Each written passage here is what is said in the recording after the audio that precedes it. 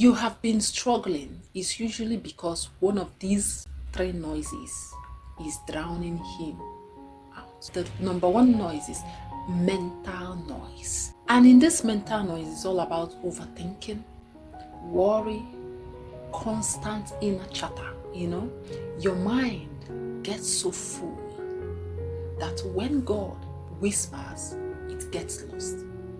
Yes. And the number two noise is emotional noise.